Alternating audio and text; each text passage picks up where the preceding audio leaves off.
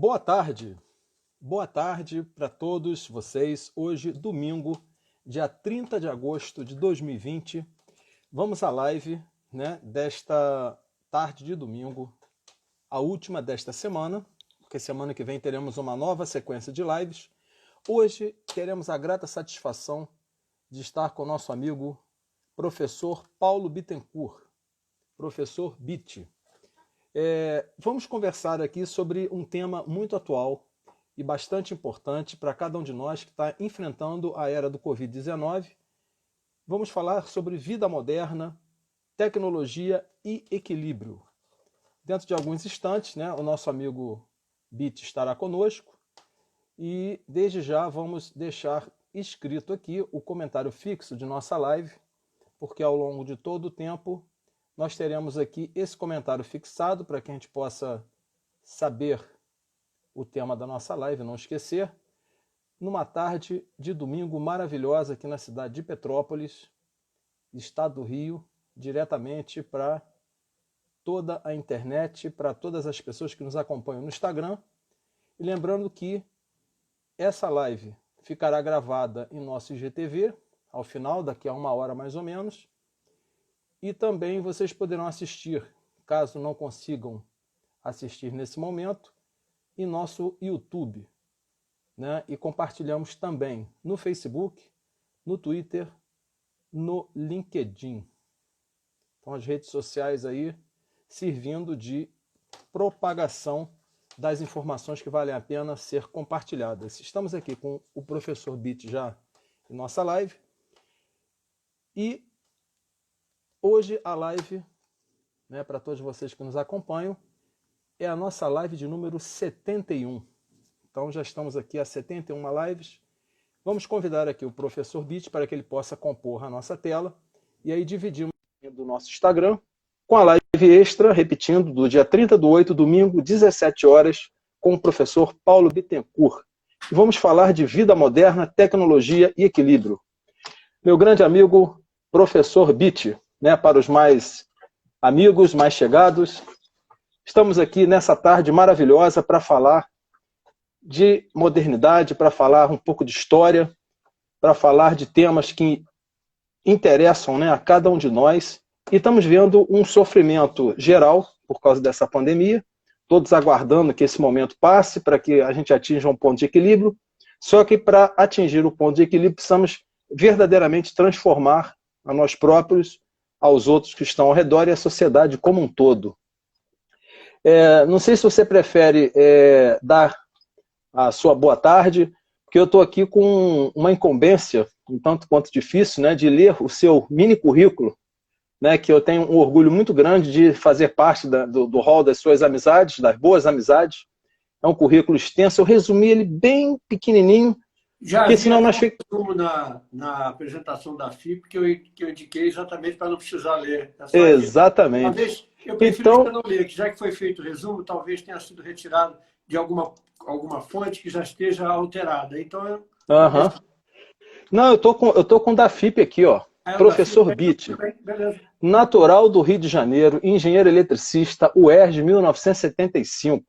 Pós-graduado especialista em História da Arte. Eu adorei essa parte, História da Arte. Eu acho que eu vou entrar nessa área aí também, porque eu tenho estudado um pouco da questão da antropologia do homem, das origens, e a gente descobre muita coisa do homem, e a gente está vendo hoje os mesmos problemas serem repetidos, porque o homem realmente não conhece a sua própria história. Por isso é que nós não podemos rasgar a história em nome da modernidade.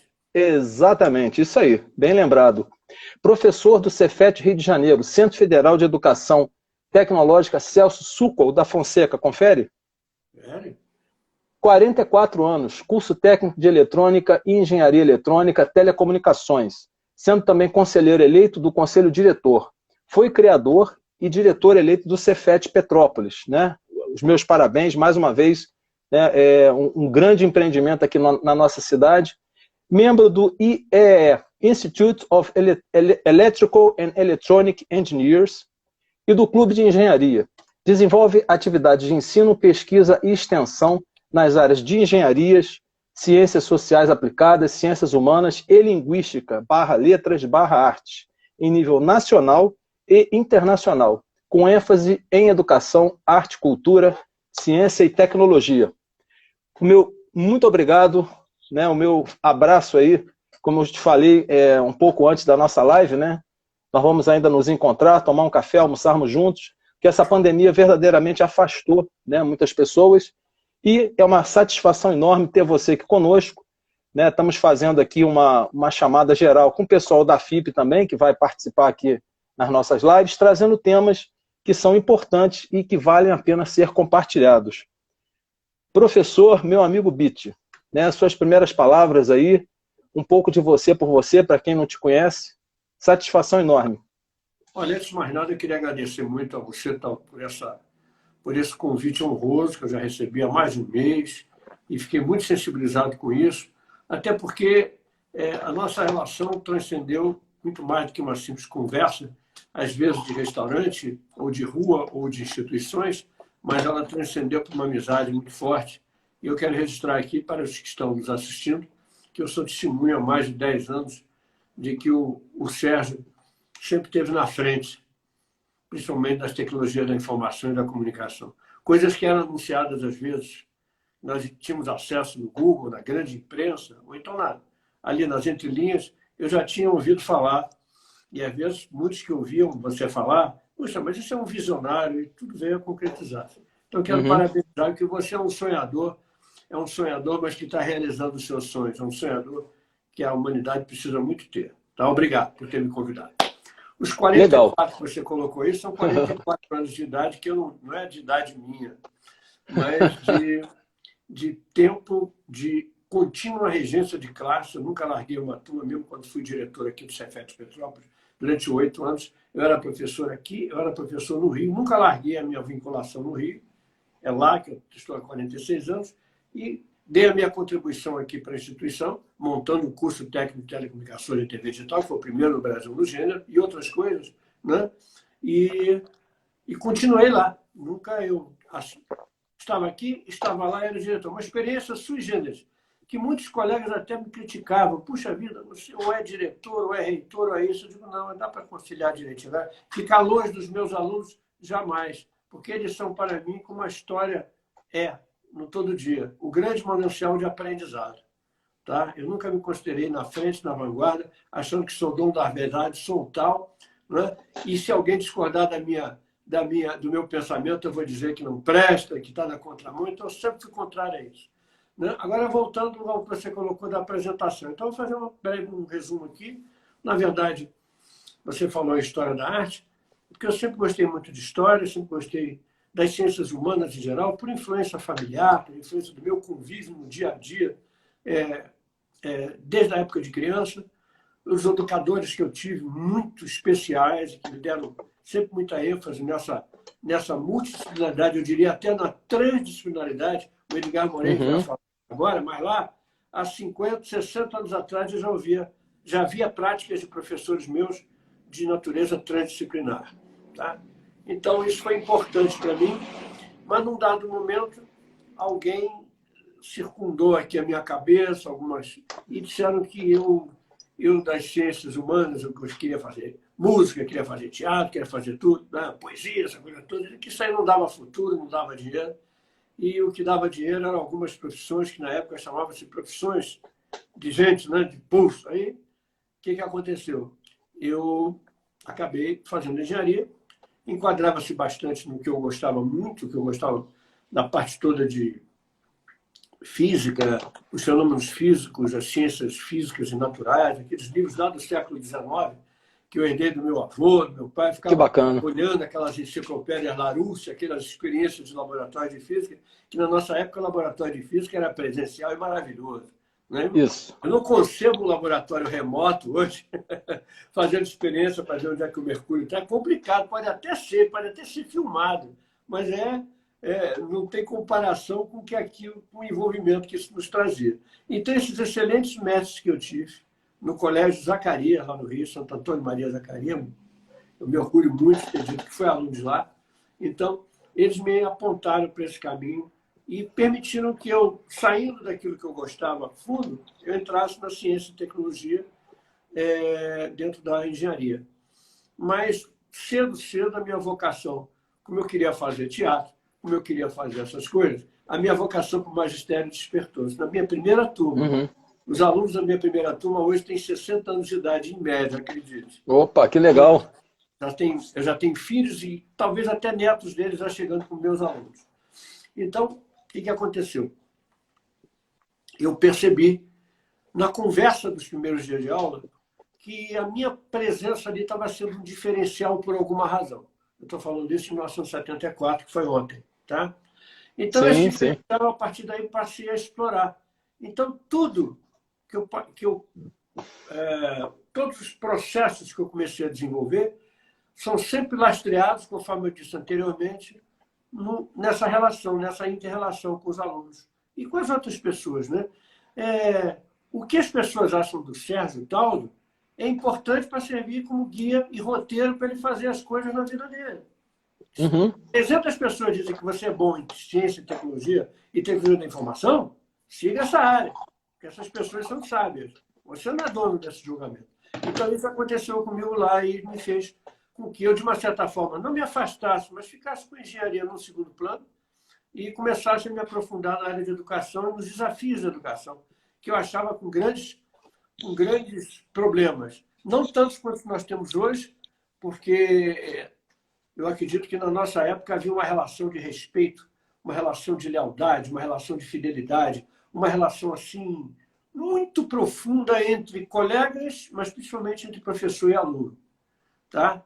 Um aluno jamais entraria na minha sala, por mais que ele discordasse do que eu estava falando, tocando um tambor ou uma corneta, né, para impedir que eu falasse o meu livre direito de cátedra. Né? Ainda que estivéssemos, e estamos hoje, estávamos no Estado Democrático de Direito. Né? Então, na época que eu estudei. Então, resultado, isso tudo ajudou muito eu a entrar de corpo e alma na educação, dedicar-me de corpo e alma, repito, aos meus alunos, compreender os problemas deles e descobrir, como eu tinha muitos alunos na faixa mais jovem, adolescente, que a questão formativa era muito mais importante do que a questão informativa. Passar, blá, blá, blá, não havia internet, estou falando de 74, tá? Então, passar informação, encher a cabeça de pessoas de informação, depois eu vim padecer disso como diretor de uma unidade aqui de um Cefet, onde eu abria um e-mail e tinha 700 e-mails por dia. Ou seja, o paradoxo da tecnologia da informação e da comunicação. Fizeram tudo perfeito, só que tem que esquecer os que isso era para humanos. E um cérebro humano processa 700 mensagens à meia-noite. Tá? Depois eu volto a falar sobre isso. Então, lá, o que aconteceu? Eu comecei a buscar quais eram os grandes problemas que os nossos alunos enfrentavam. E o maior problema que eu percebia que eles tinham era uma certa distância daquilo que eu aprendi muito na escola, que é o amor. Essa palavra amor tem um significado muito maior. Não é coisa lúdica, não. Também talvez seja, mas ela é bem maior. Tá? Então eu percebi isso e foi por esse caminho que eu fui trilhando as coisas devagarzinho, devagarzinho, devagarzinho, e mostrando que a questão formativa era muito importante. E muitos desses alunos hoje, né, que estão aí, um deles me convidou há 2 anos para ir a um outro país, né, um convite assim, 0800, ele disse, eu estou convidando para retribuir você o que você fez por mim no dia tal, a tal hora, assim, assim, assim, que fez com que hoje fosse isso, isso, isso. Que legal, então, eu que digo, legal. Caramba, eu não sabia disso. Então, o caminho foi certo, tá? E foi legal. Agora, só fechando, não deixei nunca de ter as conexões com a engenharia. Você vê que a minha conexão com o Instituto de Engenheiros Eletrônicos e Eletricistas é bem forte.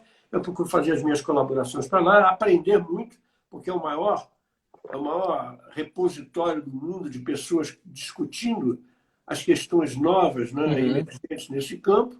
E não deixei nunca também de trabalhar no meu campo favorito, assim, de prazer, que é a história, a música, a arte, o teatro, o cinema. E acredito que ter dado certo como professor, eu vou parafrasear o velho Bernard Shaw, né?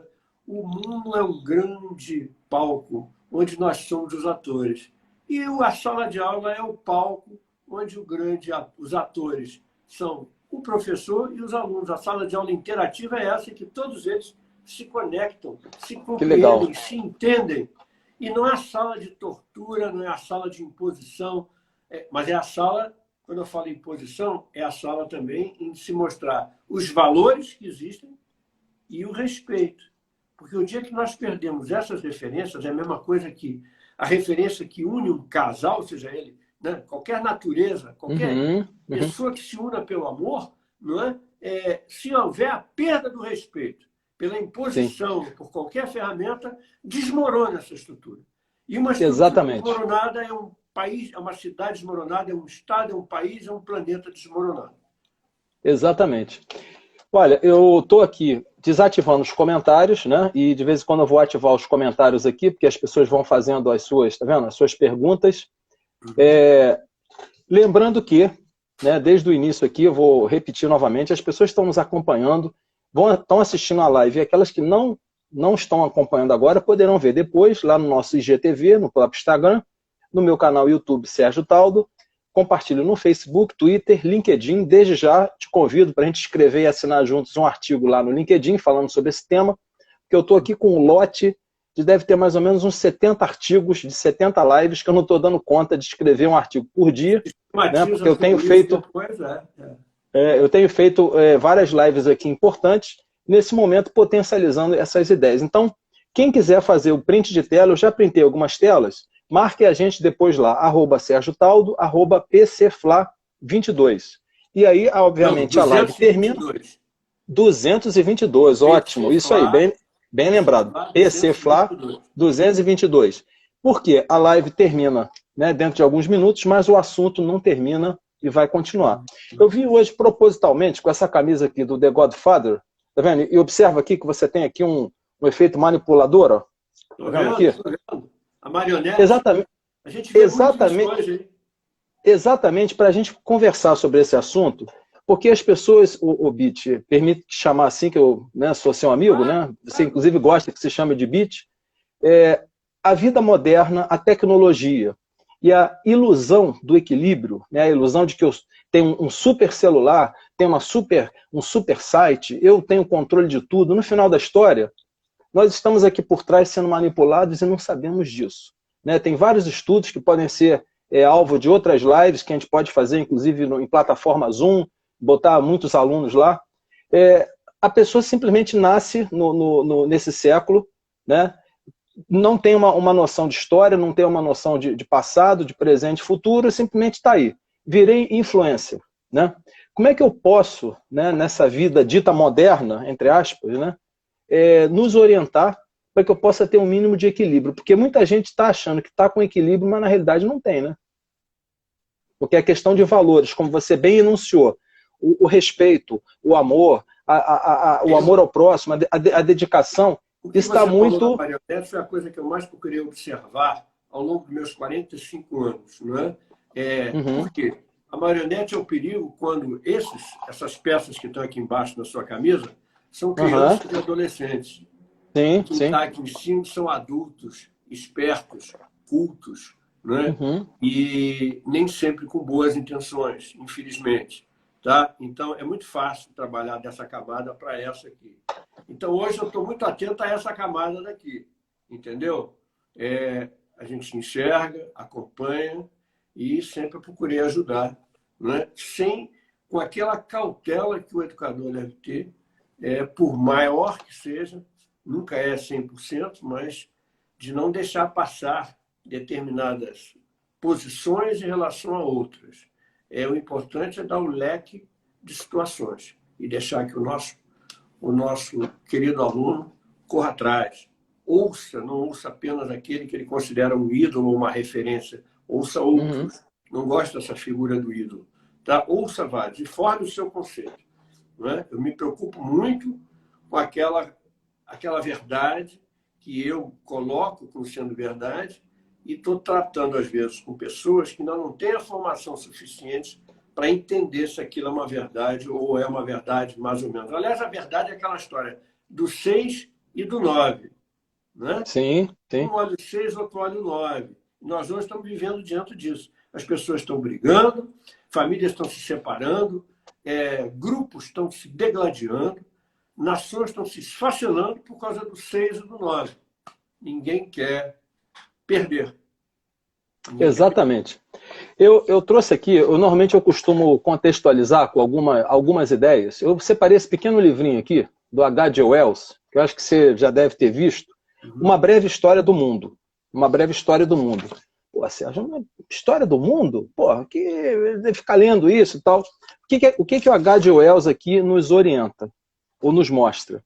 O mundo no espaço, o mundo no tempo, os primórdios da vida, a história antiga dos judeus. Vou pular aqui algumas coisas, tá? O Império de Alexandre o Grande, né? A vida de Gautama Buda, Maomé e o Islã, os novos impérios dos europeus na Ásia e no ultramar, a Revolução Industrial, né? Já deu um salto grande. A Alemanha torna-se predominante na Europa, a era armamentista na Europa e a Grande Guerra de 1914-18, a Revolução e a penúria na Rússia, a reconstrução política e social do mundo, a Segunda Guerra Mundial e de lá para cá. Então, o que acontece? A gente tem uma análise da história ao longo do tempo. Então, o que acontece? Normalmente, como você falou, com esse pessoal que está aqui na base, embaixo, eles não têm uma orientação, ou pelo menos um ídolo, ou um líder, né, que possa verdadeiramente inspirá-los a se orientar no meio desse mundo moderno e pós-moderno. Ou seja, nem um ídolo, mas referências. E, às vezes, aquelas referências que poderiam estar, por exemplo, nos meios de comunicação, não é? Nem sempre são eficazes, nem sempre são neutras. A neutralidade é difícil, que eu uso muito uma coisa lá de trás, que é aquele ditado: fatos não existem, e sim interpretação dos fatos. Gosto sempre de colocar isso. Não adianta. Você está contando uma cena, você está contando diferente do que a pessoa que está do seu lado vendo. Ela viu isso, ela viu um ângulo, você viu outro. O cachorrinho vê outro ângulo, o passarinho vê outro ângulo, cada um vê um ângulo. O conjunto de visões não é o universo necessariamente real. Agora, imagina, se você não tem um observador visual, se você está recebendo a informação, se você está numa aldeia global prevista lá pelo McLuhan, não é? Em que todo mundo se comunicaria instantaneamente, não é? Você está entrando, de repente, numa cultura, num código totalmente diferente e dizendo... Vamos dar um exemplo? Brasil com Portugal. Irmãos. Por não. Sim. Você chega lá e diz, por favor, conversa com o português assim, numa live como essa, com um colega português. Fulano, você quer, por favor, carrega aquele caixote? Ele diz, não, meu caixote não é uma câmera. Vou premir o mouse. Premir o rato. Então você premir, apertar, premir o rato. Mas não é mouse e não é apertar. Carregar a câmera e apertar, tirar foto. Então, eu estou um exemplo. Eu estou falando em culturas similares, enfim, em povos irmãos. Eu não estou falando em você fazer uma live daqui para uma cidade do interior da China, ou do interior do Cazaquistão, ou do interior da Índia, entendeu? Não. Olha só. Então, nós que nós fomos criados, nos acostumamos num espaço com códigos, são esses que nós estamos usando, por mais que nós tenhamos o acesso a todas as informações em nível nacional e internacional, só acontece a efetivação do conhecimento dessas diferenças no encontro presencial. Eu já vi isso várias vezes. Você sabe quais são os estudantes, o que os estudantes meus que vão para convênios no exterior, há décadas que eu acompanho, né, relatam? Eu pergunto, qual foi o ponto de destaque na sua experiência no convênio internacional? Foi trabalhar com uma equipe multidisciplinar para resolver o mesmo problema. Eu tive um problema numa placa de circuito impresso na Alemanha. Eu tinha um indiano, um iraniano, um chinês, um russo, um mexicano, um colombiano, um venezuelano, um argentino, um brasileiro, um português. Cada um enxergava uma forma diferente de resolver aquele problema. E o conjunto de ações produzia um resultado extremamente superior a de um ser daqueles isolado, ainda que usando as novas tecnologias da comunicação e da informação, assim como nós estamos aqui, chegaria. Então, isso é uma coisa que a gente tem que pensar muito bem. E quando o Zygmunt Bauman, o nosso pai na questão da centralidade, da modernidade, que, na verdade, ele enfrentou vendo que existia um movimento antes da Revolução Industrial, né, e depois da Revolução Industrial, quando ele percebeu que o pós-Revolução Industrial criou um monte de problemas entre os homens, né, ele criou a superficialidade das relações, a fragilidade. É o que nós estamos vendo aí. O amigo, que é chamado de amigo porque ele foi aceito no Facebook e não sabe nem se é um perfil falso, mas é um amigo. Eu também não vou dizer que o que acontece na rede social é tudo mentira, porque graças à rede social foi um grande um grande passo, tá? Que nós atingimos na modernidade e que rompe, ou melhor, que vai de encontro à proposta do McLuhan, do Marshall Sim. McLuhan, que é a globalização.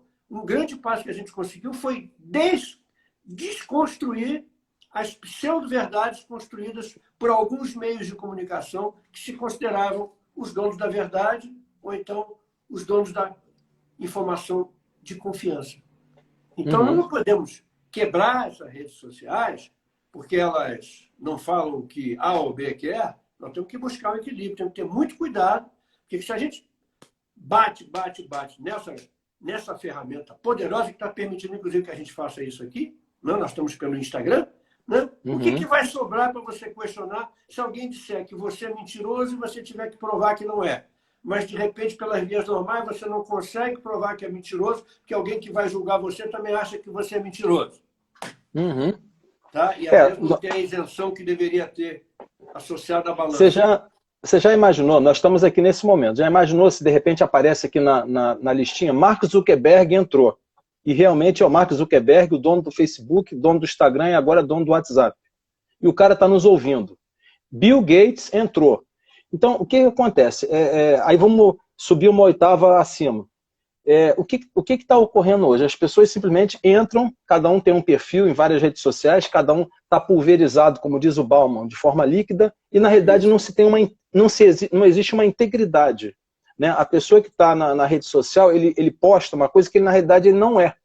Isso é uma das preocupações que eu sempre tive, Bit, com toda a sinceridade, estou revelando isso aqui, não é nenhum segredo, as pessoas que me conhecem sabem, de que cada foto que eu posto ser o mais fidedigna possível daquilo que realmente eu sou. Caso contrário, eu vou lá, pago meu perfil, aquilo é fake. Não sou eu. Só que não é isso que a gente vê.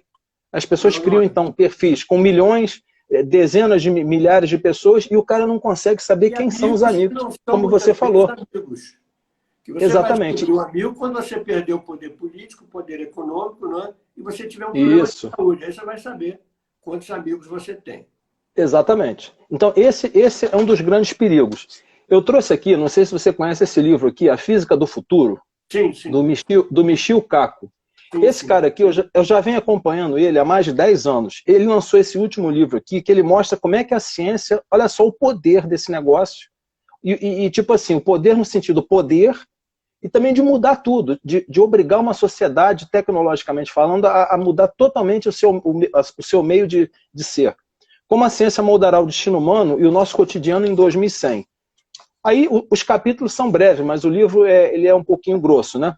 O futuro do computador, o futuro da inteligência artificial, da medicina, da nanotecnologia, da energia, das viagens espaciais, da riqueza, da humanidade. Um dia em 2100. Será que seremos compactados em zip e colocados aqui dentro? Bit, tu tá entendendo? Sérgio, entendeu? Zip. Daqui a 100 anos eles abrirem, lá. Então, esse camarada aqui, o Michio Kaku, ele faz parte de um grupo de cientistas, né, que hoje tem um poder enorme de transformar, por exemplo, Sérgio, o seu telefone que você está usando agora, digamos que custou R$3.000, um super iPhone, daqui a um ano é obsoleto, não serve mais, você tem que pagar mais 3 mil.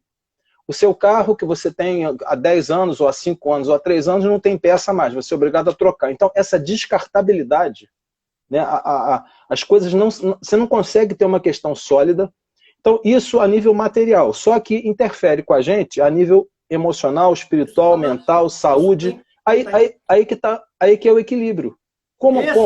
Isso foi o que o Bauman viu. Essa questão da modernidade líquida, que abandonou todos aqueles conceitos, aquela relação sólida, a relação humana, profissional que existia. Você ainda vê em vários países do mundo. Eu estive no Canadá, um encontro com docentes há muitos anos, quase 20 anos, e uma coisa que me impressionou é que no final do encontro, sexta-feira, quando todo mundo aqui vai, digamos, para a chopada ou para a churrascaria, lá vai todo mundo para um local distante, um local ermo, uma fazenda, alguma coisa, e todo mundo lá faz aquilo que é o seu grande potencial. Vai mostrar que sabe pescar, que sabe tocar, sabe cantar, e é uma confraternização e cria aquele clima que, quando chega na segunda-feira, está todo mundo contente contando o que aconteceu na sexta. E aqui hoje você chega segunda-feira, você já está bombardeado dia e noite pela sua rede de amigos, entre aspas, que envolve tudo, amigos da onça e não da onça, com todo respeito à onça maravilhosa, não gosto dessas expressões que amarram animais, mas tudo bem. Mas A amigos, onça é maravilhosa. a onça é sensacional, qualquer animal, né? Eu não fala de animal comigo que eu dou um grito. Cachorro, então, nem se fala. Tá? É o meu, Então somos nós, somos dois. aqui, você também. Então, o que acontece? Esse pessoal fica sem referência. Você está entendendo? A gente vê essas coisas acontecerem, né? Então, a gente não consegue avançar, porque você chega lá no trabalho, né? Você foi bombardeado, conforme eu dizia, por tudo aquilo. Então, é o vídeo que é a verdade do fulano, é a verdade do outro. A gente sabe que tudo ali está eivado de bondade e de maldade. Tem tudo. Eu não vou querer. Joga uma bomba atômica e acaba com isso. Não, acabei de dizer que não é por aí que a gente vai resolver. Joga uma bomba atômica naquele que a gente acha que é o falso. Não, cuidado. O conceito de falso, verdadeiro e real é muito complexo. Quem sou eu para avaliar até qual é a ideia certa? Eu coloco todo o campo de ideias aqui, da esquerda ao centro e à direita, o que a vida nesse tempo todo já me ensinou. Meu trabalho nas causas sociais, que foi assim, você sabe, foi imenso, me ensinou muita coisa, boa e ruim, a ter grande experiência, mas também a ver como é que aquele teatro de marionetes funciona para atingir objetivos. Então, se você traz esses problemas, você não tem uma harmonia no ambiente de trabalho, você não tem harmonia no ambiente familiar, porque está todo mundo discutindo quem é que vai ser o candidato do fulano. Gente, o sujeito não bebe água. Ele está seco. Ele é seco internamente. Ele não bebe um litro de água por dia. Como é que ele pode pensar? A vida passa. Nós vamos. Todos nós vamos. Então vamos ter amor, vamos dedicar parte dessa passagem tão curta. Se nós vivemos 80, 90, isso não é nada dentro da cronologia da humanidade, do universo. Então, é o mosquito do mosquito do mosquito. Mas será que nesse tempo a gente se ocupa só? E quando eu falo de ódio, eu observo também, você sabe o quê? Muita gente que diz que o grupo tal prega o ódio, na verdade, o grupo tal, sabe o que fez? Levantou-se contra esse grupo que também pregava o ódio com palavras... Que também pregava o ódio, exatamente. Isso aí. Entendeu? Então, fulano está errado, bate para quê? Para sentar na cadeira do cara. Por falar em É isso que a escola tem um papel muito importante. O educador, o professor, ele tem um papel muito importante nessa discussão que está aí. Para evitar que, fique ali um negócio daquele jeito. Porque o negócio daquele jeito é o que está levando ao que nós temos aí hoje. No mundo inteiro. Exatamente. Você está falando, primeiramente, em verdade, né? Verdade ou mentira. O Yuval Harari, né, no seu último livro, 21 lições para o século XXI, ele tem um capítulo que ele dedica à pós-verdade. Então, hoje, nós não estamos conseguindo saber, né? E também tem um autor americano que acho que mora na China, o Clay Shirk, que ele fala do comportamento das multidões, né? Que cada um tem um microfone, cada um tem um alto-falante, você fica com aquela quantidade de pessoas falando, publicando, construindo, fazendo site e tal, você não sabe onde se orientar, né? A questão da pós-verdade, né? Você não sabe, na realidade, e agora virou moda, fake news. Então, essa questão... focando nisso aí, pois é, exatamente. Então, essa questão da nossa vida... nas redes sociais por causa disso? Porque alguém está dizendo uma coisa que para esse alguém é mentira ou é verdade? Está certo que é indiscutível o poder da manipulação. Aqui, as marionetes que nós estamos falando, você usou muito bem, a sua camisa eu estou usando como referência. Eu fui muito feliz. É o caso aqui, tá vendo? Você tem o Godfather, que é o poderoso chefão, e você está ali manipulado e o cara está te olhando lá embaixo e você está igual um... Afinal de contas, sou eu ou sou quem? Uma coisa muito importante, a questão do meio. Né? É o meio. O meio é a mensagem, ele disse isso. Quando você dá um bloco, dá uma interrupção nesse meio, abrupta, como foi agora com a pandemia, você quebrou o fluxo da mensagem, você desarticulou toda a sociedade. Deixou todo mundo aí que era dependente de uma série de coisas, e você quebrou... Eu vou até ousar dizer aqui, você partiu da modernidade líquida para a modernidade gasosa. Gasosa. O líquido vaporizou-se e, de repente, vaporizou. Vai voltar à origem, depois que essa pandemia acabar. Essa é a visão que eu estou colocando agora. Eu estive analisando isso, que você colocou como tema.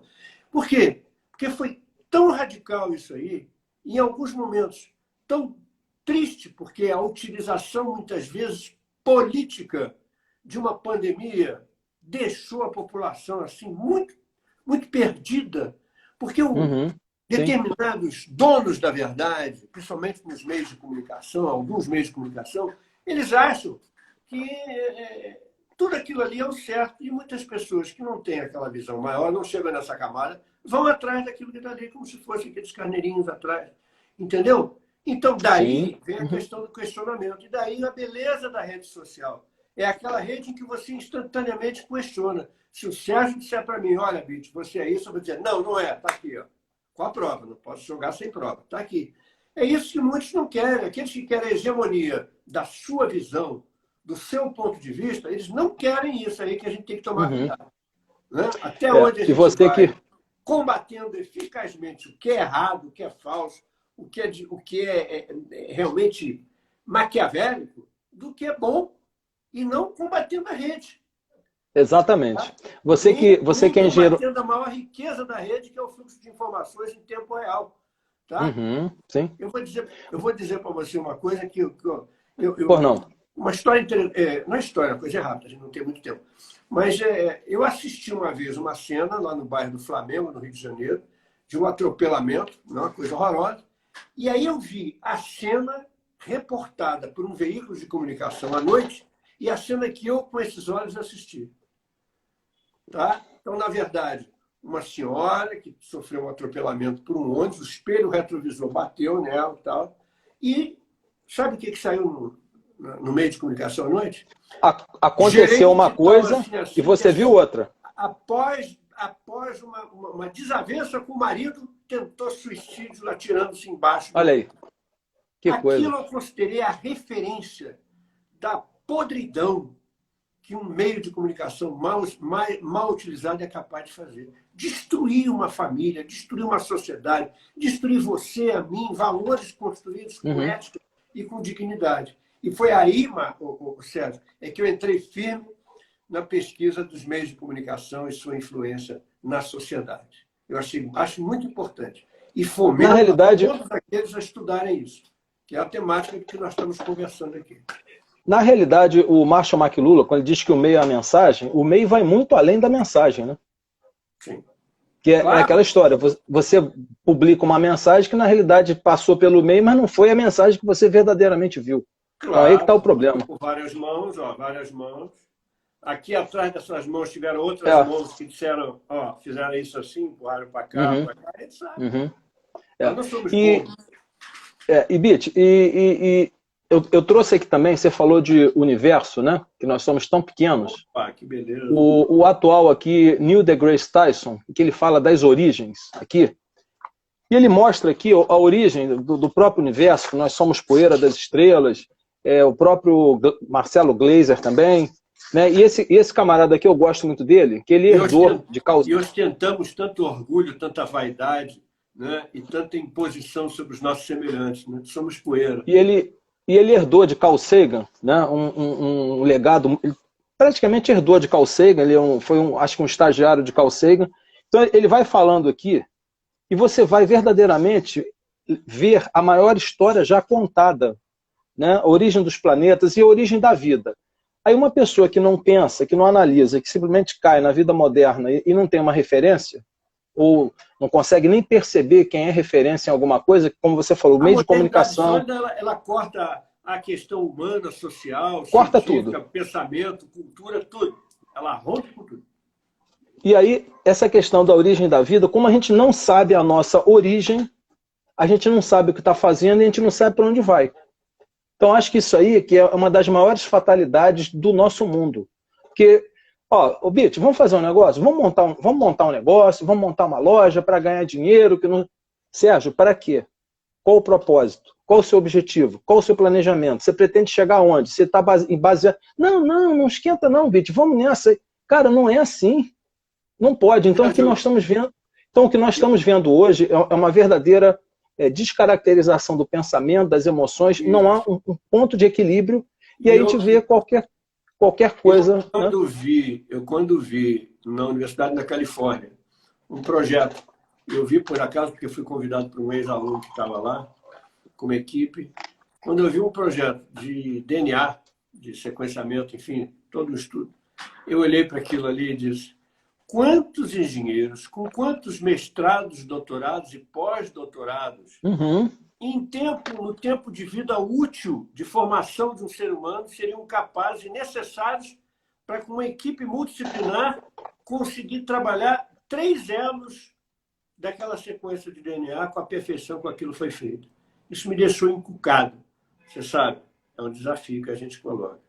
Como nós somos tão pequenos e queremos Exatamente. tão arrogantes, queremos dominar com os nossos pensamentos pseudo-corretos e verdadeiros e únicos todos que estão ao nosso redor. A gente tem tempo, né? Eu estou segurando o relógio aqui.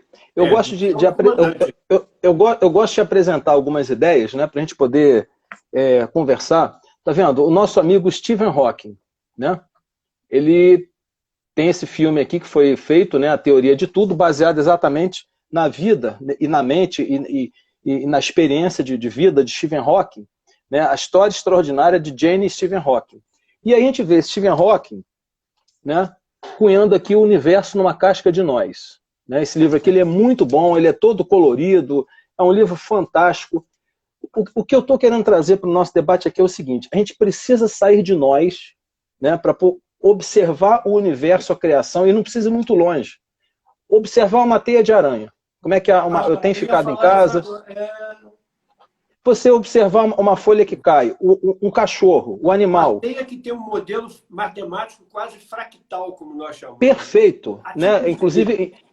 Inclusive com aquelas formas que às vezes tem um equilíbrio de Fibonacci, né? Aquela espiral de Fibonacci. Você vê como é que... E aí, isso vem de onde? Quem fez? Então, tipo assim, existe um pulsar, né, da natureza, que é refletida na natureza, que tem um criador além de nós. E Mas aí, se hoje você tenta trazer esse tema em determinados ambientes acadêmicos, você, se não tomar cuidado, você vai ser degolado em 3 minutos. Sim, porque você... discordar de um grupo de pensamento. Ou do outro grupo. Tem que tomar cautela. E aí eu gostei muito do que você falou da modernidade líquida que virou modernidade gasosa. A gente podia, inclusive, escrever um livro sobre isso. Porque vem o quê? Né? Eu escrevi umas linhas sobre isso hoje aqui e lancei aqui em primeira mão com você aqui. Eu achei que aqui era um espaço disso. Porque, na realidade, aí o que rola? Ó, vem o mundo pós-pandemia. E aí o que você falou, se a gente já não tinha referência, se a gente já não sabia, cara, detonou tudo. Então, cada um de nós está tentando, de alguma forma, se reordenar, se reinventar, se reestruturar. Quando eu comecei a fazer essa primeira live, em abril, né, hoje estamos gravando a live de número 71. Às vezes eu fico conversando com o meu eu interior, né, como se fosse o Platão e o seu duplo, né, conversando com a força criadora.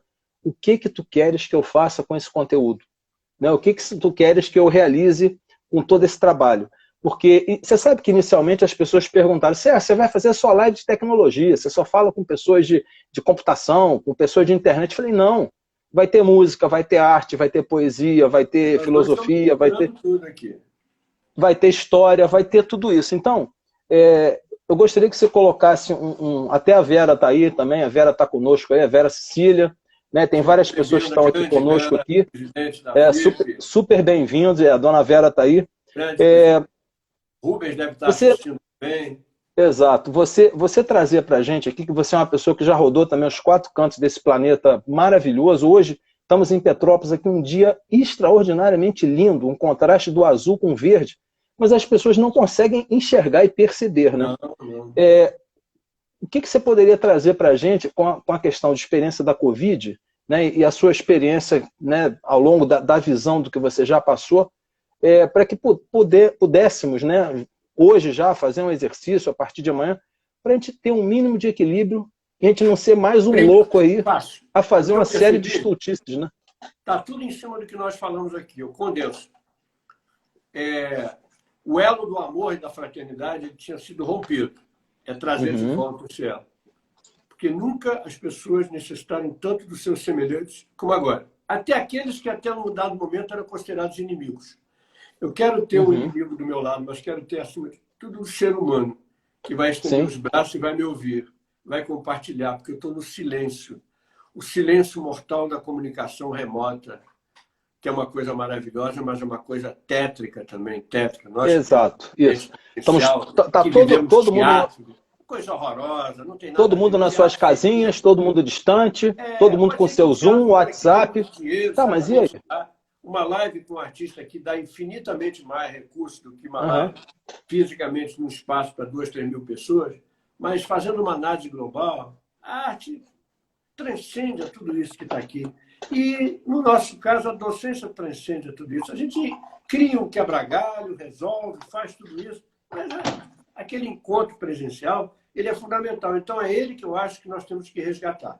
Eu acho que nunca os psicólogos tiveram uma participação tão importante e vão ter que escrever tantos artigos científicos doravante, como nesse momento, talvez junto com os psiquiatras e os psicanalistas. Porque o baque que a sociedade, de repente, sofreu, achando que ela era imbatível. Você repara que o Covid conseguiu atingir todo o planeta instantâneo, de forma quase instantânea, Instantaneamente. e Sim, paralisar, sim. coisa que nenhuma ideologia conseguiu. Nenhum grupo, nem Guerra Fria de um lado e Guerra Quente do outro, com todo o armamento, que um tinha medo do outro nuclear, se acontecesse o pior, não ia atingir o planeta, tal como isso conseguiu atingir, de forma silenciosa. Lá embaixo, o Covid ele é silencioso, ele sabe tudo que nós fazemos aqui. Né? Ele vai lá na raiz, né? E desmonta toda a vaidade, todas as estruturas, comércio, serviços, indústrias, todas as corporações do mundo tiveram Os aviões parados. A Selma demitiu recentemente não sei quantas centenas de pessoas. Nunca a Quando a gente Selma teve imaginou crise. online, Os aviões Paris, parados. Nova York, Melbourne, Rio de Janeiro, São Paulo, sei lá, Munique, todo mundo de máscara. Né? Eu me lembro da minha falecida minha mãe, minhas tias, irmãs dela, que não gostavam de falar da gripe espanhola. Elas tinham horror a falar. E naquela época não tinha meio de comunicação nenhum. As comunicações para as pessoas no Rio de Janeiro eram afixadas no poste, em papel. Comunicamos que não deve ter... Era tudo no papel. Então, na imprensa, mas a imprensa quase que não funcionou, porque todo mundo morria. Tá? Foi uma coisa estúpida o número de mortes. Eu me lembro que a minha tia mais velha falava que a Praça Sans Penha, na Tijuca, você não conseguia chegar 500 metros de lá, tamanho era o cheiro emanado de lá pelos cadáveres que estavam empilhados ali, porque não tinha quem transportasse, não tinha coveiro, não tinha nada. Então, essa coisa foi extremamente pior. Tá? Mas eu pensei que nunca mais, que aquilo era a história da carochinha. Então, hoje, com tudo que a gente tem, o homem achando-se gostoso, tal, que dominou o ciclo do átomo, que é capaz de, num botão, destruir uma nação, capaz de nada, não foi capaz de sair disso que está aí.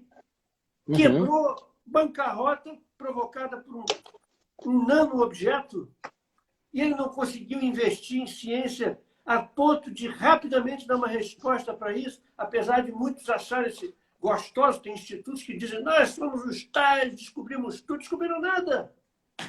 Se descobrisse, elas não estavam passando isso. Exatamente. A Vera está comentando aí, ó, verdade, uma guerra mundial imediata com poucas exceções de países. Eu não sei se você recebeu a revista impressa. Se você não tiver, eu vou lhe dar uma revista ou duas, ou quando você precisar. Tudo bem.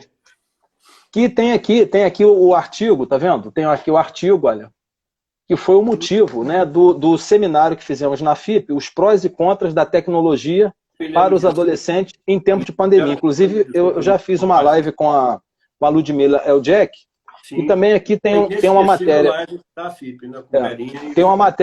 Tem uma matéria que me convidaram aqui para fazer parte, tá vendo? Admirável Mundo Novo. Então, eu estou aqui na matéria da revista, eu e mais 5 pessoas que estão fazendo algumas coisas inovadoras, transformando, desenvolvendo alguma coisa na cidade. Então, eu vou lhe dar a revista, inclusive uma caneca. Eu faço questão de lhe dar uma caneca para você tomar um café, para você fazer o seu lanche aí. Porque isso é... que eu queria colocar, principalmente para... Você imagina o que as crianças estão sentindo diante de tudo isso? Os adolescentes estão criaram uma forma de comunicação, e eu conheço muitos que ficam jogando 24 horas, só aqui, ó. É a modernidade líquida. jogando, jogando, jogando, jogando, jogando, jogando, jogando. Não sou Uhum. não é hipótese alguma, não tem outra coisa, não há outra. Né? Muitas escolas estão sem aula, mas se coloca aula remota, tem um grupo que diz que aquilo não funciona. Se não coloca, tem outro que diz que o aluno pode ficar sem aula. Olha o Olha só. debate, né? O caos. Exatamente. E também vou lhe convidar, né, a gente está nos instantes finais, eu quero reservar os 10 minutos finais para coisas que você vai trazer para nós aqui.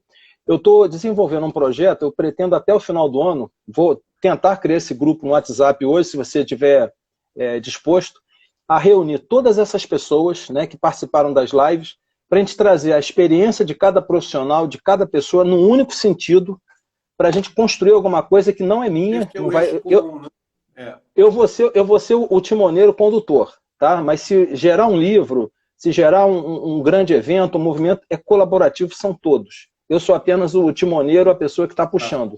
Então, reunir essa inteligência coletiva das pessoas que participaram e também, ó, olha lá, as que vão participar, tem aqui mais 120 pessoas ainda, provavelmente eu vou fechar o ano rompendo aí as 150 lives. Então, é o que eu fico às vezes conversando com a minha voz interior. O que fazer com esse movimento? Então, eu pretendo ser uma ferramenta bem afiada, um instrumento bem posicionado para isso. E aí vou te convidar para a gente juntos, né, fazer esse trabalho. Professor Bitty, né, meu grande amigo, o que você imagina, né, é uma pergunta que eu tenho feito às pessoas, né, que a gente quer uma bola de cristal, o que o futuro reserva, né, para os cidadãos desse terceiro milênio aí que a gente começou, temos apenas 20 anos, né? Teve aquela história do bug do milênio, que ia parar tudo, que os computadores não parou, né? 2019 foi um ano horrível, não sei o quê, virou 2020. Na época da minha Covid. mãe, a minha mãe falava o cometa de Halley, em 1910. É. Também foi a mesma coisa. Qual é a sua percepção, entendeu? Eu sei que você é uma pessoa também muito otimista, positivo, porém realista, eu também sou muito realista, e tem pessoas que dizem, Sérgio, eu vejo você uma pessoa extremamente motivada, eu vejo que isso que você faz realmente é o que você gosta e é o que te movimenta, é o que te faz acordar. Né? Como é que você, professor Bitty, olha para o milênio, olha assim para o futuro e de repente vale a pena viver, vamos seguir? Né? Quais são algumas das suas percepções? Eu acho que vale a pena viver. Depois de tudo isso que está acontecendo, nós vamos ter que, em nível internacional, por intermédio de subgrupos locais, respeitadas as adversidades, as culturas, os códigos de cada grupo do planeta, né? Cada um vai discutir o reflexo que teve desse problema, ou se teve, que algumas nações até nem tiveram. Mas juntar tudo isso e o protocolo universal, né? Olhar adiante, seguir adiante, mas eu acho que as pessoas vão ter um pouco que se preocupar mais com o ser humano, com o homem, né? Com as suas relações, com respeito aos pensamentos e às ideias dos seus semelhantes, principalmente isso, porque a construção vai exigir a pluralidade de sugestões e, logicamente, essa pluralidade de sugestões será acompanhada de uma pluralidade também de ideias. Então, que, por favor, coloquem de lado os conflitos acirrados de ideias e busquem alguma coisa comum. Lembrem sempre disso. Lembrem, nós vamos. Para que plano? Cada visão aqui vai dar a sua. Eu tenho a minha convicção, penso que cada um tem. Mas nós vamos. Qual foi o legado que nós vamos deixar a partir desse momento? Será que essas novas ferramentas tecnológicas elas são realmente a razão única de ser de nós humanos? Será que são mesmo? Será que nós não temos que dar um ajuste fino em alguns parafusos com relação a isso? Será que nós vamos continuar exigindo que alguém ande com o celular na mão para ouvir a mensagem do Zap? E se a pessoa não ouvir a mensagem do Zap dizendo que fulano está na porta da padaria esperando ele vai achincalhar o outro dizendo, mas eu mandei para você a mensagem. Mandei para você. Paranoia, Sérgio.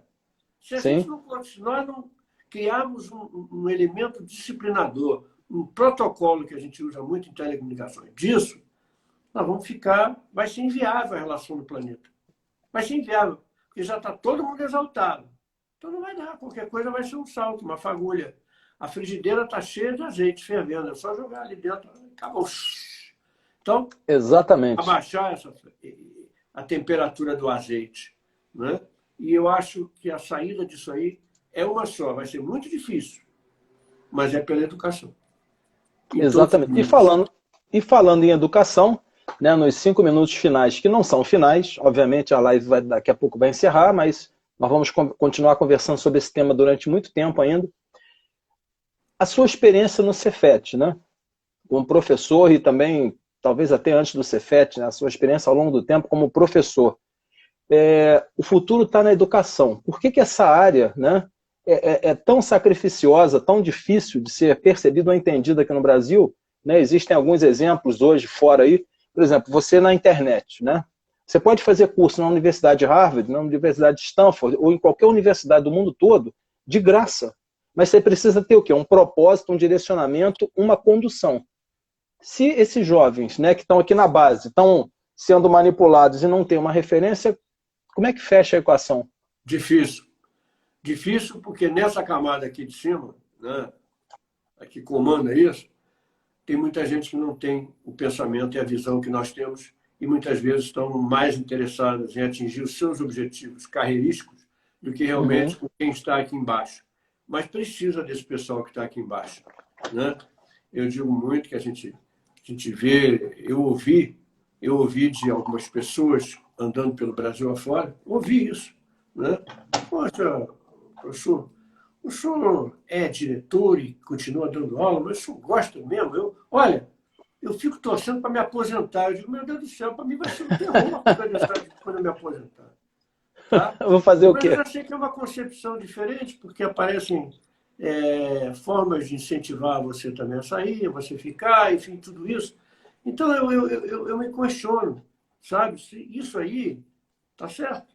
Então, nós vamos ficar escravos de máquinas? Homens somos, e não máquinas. O nosso grande Einstein falou isso, né? Que marcou o século. Né? Nós somos homens, não somos máquinas, não. Então, eu acho que agora é a hora de nós refletirmos a nossa existência, a nossa razão, né? E buscarmos uma maior parceria com os semelhantes, deixando de lado, né, as divergências de pensamentos, de ideias, enfim, de tudo isso. É difícil, eu sei que é. É difícil, isso atrapalha o projeto até de alguns partidos políticos. Vamos usar o nome partido político, né? Que eu tenho uma concepção diferente. Né? Eu várias vezes já questionei, disse, eu não me enquadro em nenhum deles. Parece que todos eles são formatados. E você, para ser alguma coisa, tem que entrar ali e dali para lá. Então, eu não estou em lugar nenhum, porque eu não me enquadro, eu discordo disso, mas concordo com isso. E cada um é um fragmento de um conjunto desse, que vai de um lado até o outro. Eu digo, então é melhor ficar aqui onde eu estou. Entendeu? E dar uma contribuição mais forte, com a cautela sempre que eu digo aqui, certo? Nós, educadores, nós que estamos ali, principalmente com crianças e adolescentes, temos uma imensa responsabilidade pelo poder de formação de opinião que nós temos.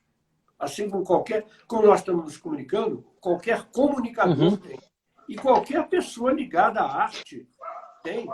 Né? O ator lá, quando ele solta os pensamentos dele lá, ele sabe que tem dois olhares para a posição que ele, ator renomado, tem, não é? Ou atriz. Então, por aí afora.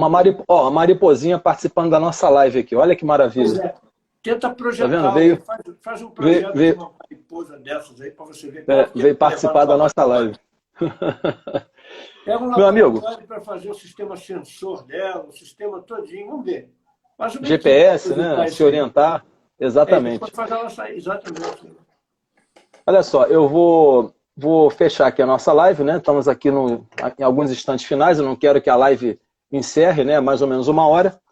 Está conosco aqui o professor Paulo Bittencourt, né? Professor Bit, né? Para os amigos, conversando aqui no dia 30/8, né? A seu pedido, 30/8/2020. Olha lá, Isso. 30 segundos. Falando de vida moderna, tecnologia e equilíbrio. Que possamos fazer novas lives, que você possa ter uma ótima noite aí. E vamos conversar mais, vamos combinar outros momentos. Um ótimo final de semana, um abraço a todos. E daqui a pouco o nosso vídeo está no ar lá. Sucesso para você, Sérgio, nessa sequência de lives. Obrigado a todos que eu não vi aqui, mas que depois eu vou ver que participaram desse evento. Tá?